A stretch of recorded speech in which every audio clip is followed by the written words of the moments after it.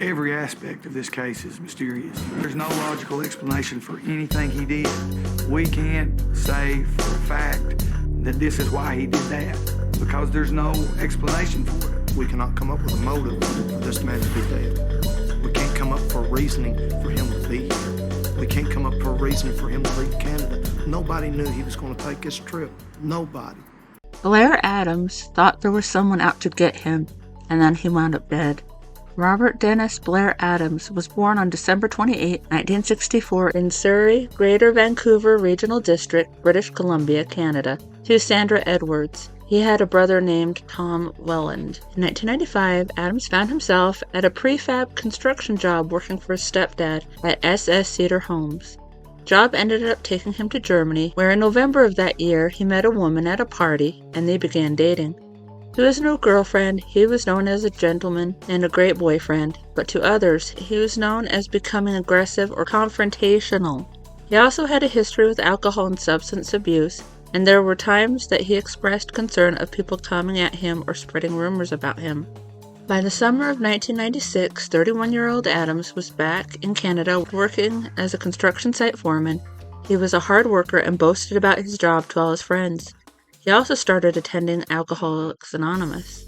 At that time, he was described as a well-rounded, fun-loving, friendly, and happy person.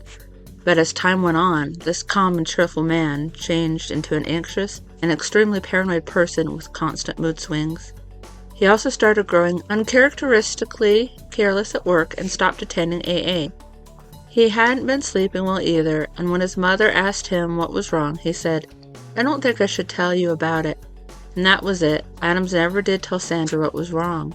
It turned out that Adams thought that there was someone out to kill him, so he quit his job and made his plans to skip town. On Friday, July 5th, 1996, Adams stopped at his local bank, withdrew his savings, and emptied his safe deposit box of more than $6,000 in cash and thousands more in jewelry, gold, and platinum. The next day, Adam went to Courtenay, BC to visit his uncle. However, his uncle wasn't home, so Adams left.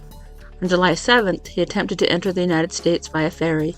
He was flagged as a possible drug courier due to the large amount of cash he had with him. He was asked if he had any prior convictions of drug or assault charges. He lied and said that he had none, and when it was found out that he did, Adams was denied entry. Then he visited his girlfriend in Vancouver, a friend in New Westminster, and his mother, Sandra Edwards. He told his friend about quitting his construction job and seemed anxious and didn't want to stay at his apartment. He then told his friend that someone was out to kill him. In the early morning hours of July 9th, Adams was discovered by Canadian Border Patrol officers attempting to cross the border on foot at the Pacific Highway border crossing. Adams had scratches covering his legs and hands, and he had matched the description of a man implicated in an automobile theft of a blue car. Adams had appeared dazed but proclaimed his innocence to the authorities. Police had no evidence to connect him to the stolen blue car, so they released him back into Canada. A friend later told authorities she saw Adams driving a blue car, not his usual Chevrolet Chevette the day before. Adams had abandoned his Chevette at the Vancouver International Airport and rented a Nissan Altima there. On July 10, 1996, he made it across the border to Seattle. Then he ditched the rental car at the Seattle airport and purchased an overnight one-way flight to Washington, D.C. He arrived at Dulles International Airport in the early morning. He rented a white Toyota Camry at about 6:45 a.m., and he began the 7-hour drive to Knoxville, Tennessee. Later that morning, on U.S. Route 250 in Troy, Virginia, Adams backed his car into another motorist vehicle, causing minor damage. The driver of the car told detectives that Adams seemed nice but was in a hurry. Adams arrived in Strawberry Plains on the outskirts of Knoxville, Tennessee, sometime around 5 p.m. He was at BP gas station calling a tow truck driver after the key to his rental car didn't work.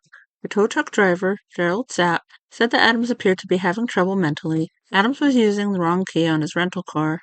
"I asked him to look in his pockets," Sapp said. "If you drove this thing up here, you gotta have another key in your pockets." And he wouldn't look, so I thought he was nuts. He was bound and determined that he had the key he needed for that car. Sapp arranged for the rental car to be taken to an auto body shop and then drop Adams off at the nearby Fairfield Inn. Sapp said Adams walked off without his bag. Sapp took it to him, then went home. The then newly opened Fairfield Inn was located across Interstate 40 from a construction site. There, Adam purchased a room with a $100 bill. It was about 7 p.m. Then he walked away without getting his change. The clerk repeatedly tried to call his room, but there was no answer. Later, it was determined that Adams never entered his room. Hotel surveillance footage showed him entering and exiting the lobby 5 times within 40 minutes. Hotel employee Hikas Hartsfeld stated, "He just was very nervous, agitated, expecting someone to come in on him, even though there wasn't anybody there. I don't know who he was looking for, but he was waiting for somebody to walk in for him." Authorities believe that Adams then left the hotel on foot and went to get something to eat. He was supposedly spotted by 2 customers at a nearby Cracker Barrel.